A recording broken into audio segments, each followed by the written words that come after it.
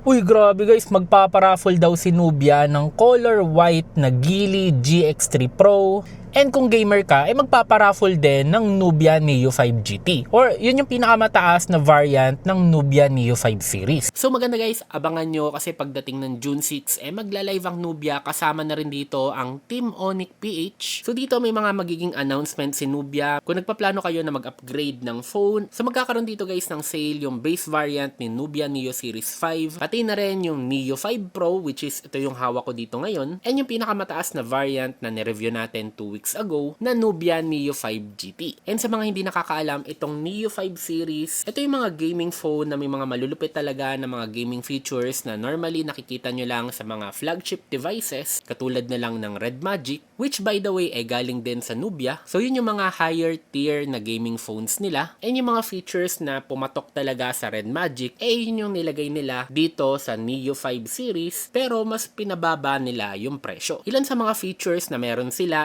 bypass charging. So pwede kayong mag-charge habang naglalaro and hindi siya makaka-affect sa battery ninyo, nakakabawas pa ng overheating, and unlimited playing time. Meron na rin silang tinatawag na haptic shoulder triggers. So meaning may mga sensors dito sa gilid ng phone na pwede nyong gamitin na para bang gaming controller. Yung mga phones din ni Nubia may mabibilis na charging speed on top of matataas din na battery mAh capacity. Ang malupit pa dito guys yung GT variant ni Nubia may built-in na cooling fans. Abangan natin lahat yan guys sa Neoverse Hyper Mode ni Nubia this coming June 6.